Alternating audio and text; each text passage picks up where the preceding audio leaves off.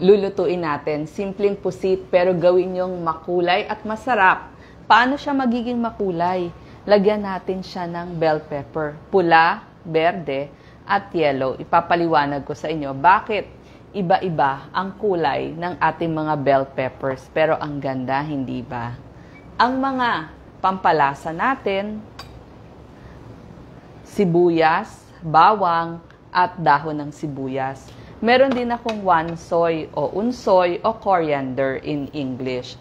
Ang mga kailangan natin, konting mantika, pamintang durog, pwede po kayong gumamit ng asin o kaya naman sa pusit, mas bagay ang oyster sauce. So, kung meron kayong oyster sauce. Ang ginawa ko sa oyster sauce ko, 1 o 2 kutsara, inilagay ko na sa tubig. Ito na rin yung magsisilbing sabaw natin kasi medyo kailangan natin ng konting sabaw. At ang favorite, mga bata mahilig sa mga sweet and sour.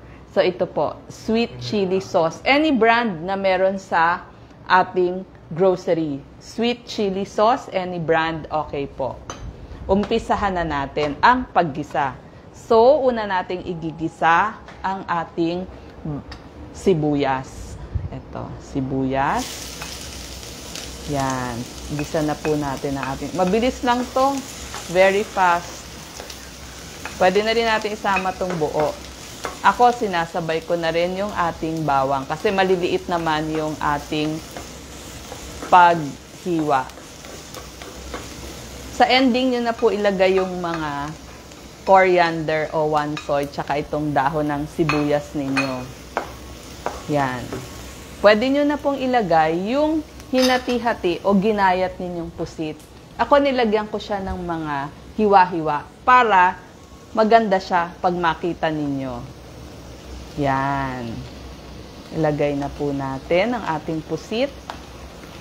Yan. Magiging maganda siya para may design yung ating pusit. Pero pwede naman pabilog lang. Depende kung anong gusto nyong hiwa. Ito kasi ang request dun sa aming bahay. Nakita ko lang to sa isang restaurant at ginaya lang natin. Yan. Ilakas natin ng konti yung ating apoy. Ang pusit po, 2 to 5 minutes lang ay luto na. Pero ang kagandahan dito sa ating pusit, marami siyang protina. Good source po to ng protina. Magandang uri. Gaano kadalas pwedeng kainin ng pusit? Twice to thrice kada linggo. Twice to 3 times a week ang pagkain. Pwede po. Kasi magandang source ito ng protina. Kung yung isda ninyo 5 times, ito pong ating pusit hanggang mga 2 times. Depende po kung napapanahon. Lalo na pag December, maganda po. Lagyan nyo na rin ang inyong pampalasa. Ilalagay ko na rin yung ating oyster sauce. Siya yung magsisilbing pangpaalat. Yan. Pwede pong asin. Depende kung ano po yung mas gusto ninyo. Ang pusit po, maganda siya kasi mayaman sa protina. So, source of protein. Pwede ko po munang takpan para mas mabilis maluto. May omega-3 fatty acid yung ating pusit. Ibig sabihin po, meron siyang DHA. Yan, meron siyang DHA yung ating pusit. Maganda ang DHA para po yan sa inyong puso, yung pagtibok ng inyong puso, bukod pa sa nagpapababa ng triglyceride at para sa pagbuo ng platelet. Pwede po ito sa mga pregnant mothers kasi meron po siyang iron. So, source siya ng iron, itong pusit. At ang iiwas lang po dito, yung may mga allergy kasi meron siyang tropomyosin. Hindi naman po lahat ng tao ay allergic sa pusit. Ang maganda dito sa mga nagpapapayat, low calorie lang. Although, sasabihin nila may cholesterol daw na konti ang pusit natin. Pero meron siyang vitamin C, iron, at yung mga vitamin B's na kailangan ninyo. So, low calories na nagpapapayat. Ang kagandahan din nito, ipaliwanag natin, ang magpapakulay dito ay yung ating pepper, yung mga bell pepper. Makikita natin. So, hayaan lang muna natin yan.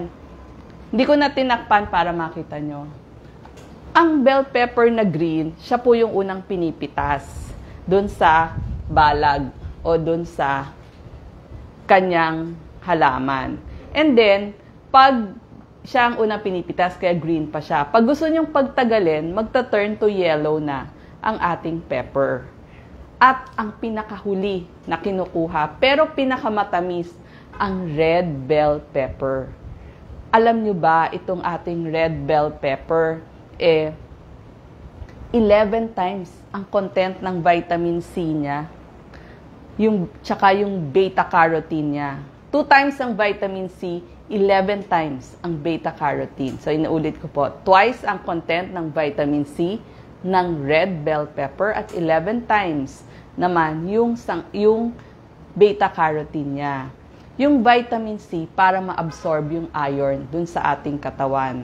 Pampagaling ng sugat, para sa puso, anti-cancer pa.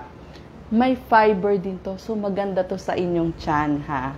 Itong ating bell pepper. May vitamin A, C, E, so mga antioxidants lahat yan. May vitamin K din siya para sa pagbuo ng dugo. So may potassium, may manganese, magnesium, iron, phosphorus, copper, at lahat ng Bs, kasama na po yung folate. Yan. So, mabilis lang maluto itong ating pusit. Sabi ko nga po, 2 to 5 minutes, luto na siya. Pag po luto na siya, ang bell pepper naman kasi, pwede nyo kainin as hilaw. Diba? Nilalagay nga sa salad. So, pag lutong-luto na itong inyong pusit, saka nyo ihuhulog yung inyong bell pepper. Yan. Ilagay muna natin yung ating sweet chili sauce. Ito yung magpapasarap dyan. So, depende kung gaano kadami ang gusto nyong sweet chili sauce. Sa amin, gusto namin marami-rami kasi gusto namin masarap yung sauce. Yan. Pag nakita nyo pong maputi na yung inyong pusit, ibig sabihin, luto na po yan. Ang ending po, ilagay na natin yung ating mga bell pepper. Sabi ko nga po, ito yung magsisilbing pangpakulay. Haluin lamang. At pwede nyo nang i-off. Actually, pag naihulog nyo na, pwede nyo nang i-off kasi pwede naman ho ang bell pepper natin luto na. Tapos, pag naka-off na, dun nyo po ihulog yung inyong wansoy. Kasi pwede ngang kinakaing hilaw yung ating wansoy. Okay. Pwede nyo rin pong mas durog ang inyong wansoy, whichever you like. Yan. So, napakasarap po nito. Pag napapanahon ang pusit, pwede nyong iluto sa inyong pamilya. Basta kung kailan mura, sabi ko nga, kung ano yung mura dun sa palengke, yun yung bibili natin.